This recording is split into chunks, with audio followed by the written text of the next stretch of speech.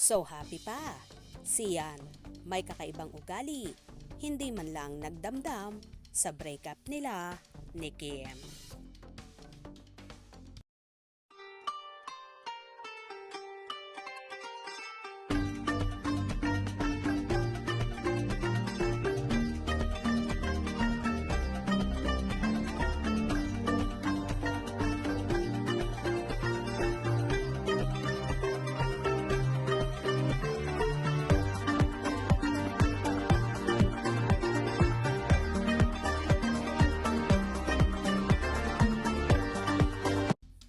Dahil binura na ni Sian Lim ang mga photos at videos nila ni Kim Chiu sa YouTube channel.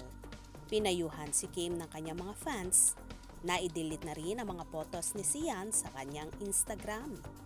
May photos at videos pa ng dalawa sa kanilang Instagram at feel ng mga fans na pati yon mawawala na rin. Kaya inunahan na nila si Kim. 5 uploads na lang daw ang itinira ni Sian sa kanyang YouTube channel. Pero pati, yon ay inalis na rin niya.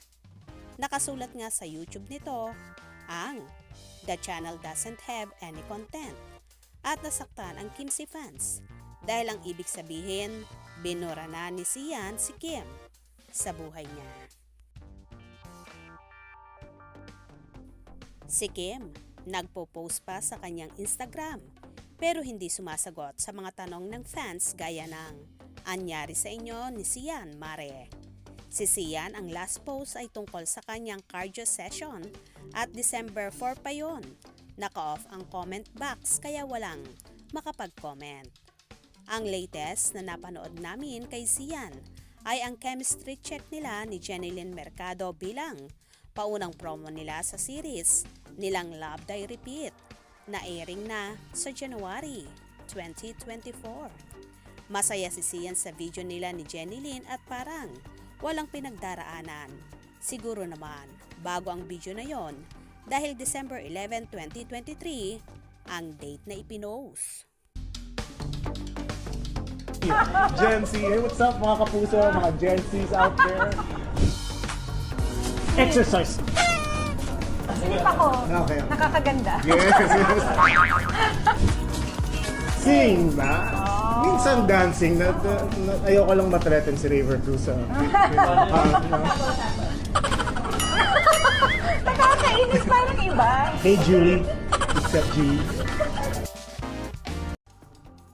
Puro tawanan sina Jenilyn at Sian at may eksena pa nga ang ginaya ni Sian si River Cruz ang pagsasayaw nito at pagsasalita at pagtawag kay Julian San Jose. Pero ano nga kaya ang nangyari sa kanila ni Kim at sa kanilang relasyon? Well, marami nga ang nagsasabi na may kakaiba at kagaspangan talaga ng ugali itong si Sian Lim. Kaya naman kahit ang vlogger columnist na si Christy Fermin ay gigil na gigil sa aktor.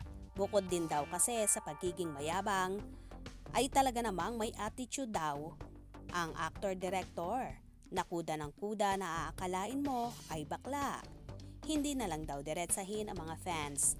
Yes or no lang naman daw ang isasagot ng aktor. Pero hindi niya magawa. Hindi lang naman si Christy Fermin ang nakakapansin ng ganyang ugali ng binata. Na kahit nga ang mga co-host ni Kimi sa It's Showtime, marami rin ang ayaw kay Sian Lim. Sino-sino kaya silang mga ayaw sa actor-director? Alamin. Kaya naman tumutok at wag na wag pahuli sa mga maiinit na kaganapan. Anong inyong magiging reaction sa bidyong ito? Comment below.